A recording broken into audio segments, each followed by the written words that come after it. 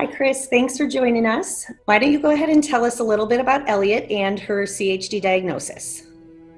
Yes, she's 8 months old, and when I was 20 weeks pregnant at my 20-week ultrasound, she was diagnosed with pulmonary atresia, hypoplastic right heart. After she was born, they discovered that she actually had a far more complex congenital heart disease. So, like 3 days after she was born, they sat us down and let us know about the further diagnosis.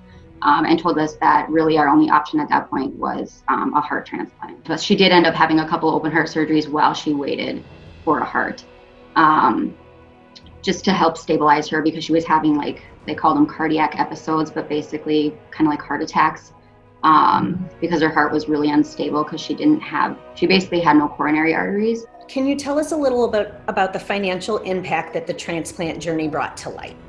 When we found out about her heart initially, I was told that we were going to have her out of state. We live in North Dakota, and there's not any pediatric cardiac surgeons in North Dakota. So we were told we'd have to look elsewhere. So we went and toured a few hospitals before choosing the University of Minnesota Masonic Children's Hospitals, where I delivered her and she had all of her care.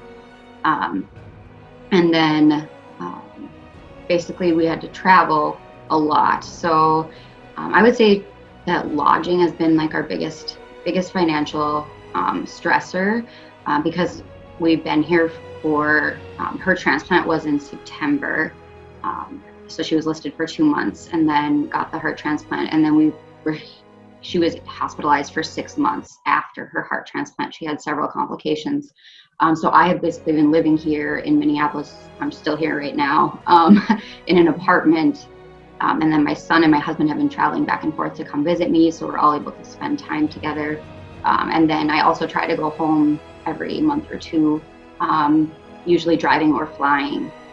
So just the traveling back and forth, the lodging, and then now that she's been discharged, we're also starting to kind of realize all of the medical costs that are going to go along with her continued care, the medications she needs to take, just all kind of definitely plays a big financial stress for, I think, any heart transplant family. Foundations like LJ's are really, really helpful for families that are going through a heart transplant, because there's a lot of unforeseen costs, expenses, and it just allows families to, get a little bit of that stress, especially the financial stress, alleviated, to be able to be present and just be there for their kids and, have one less thing to worry about as they're trying to, care for their child.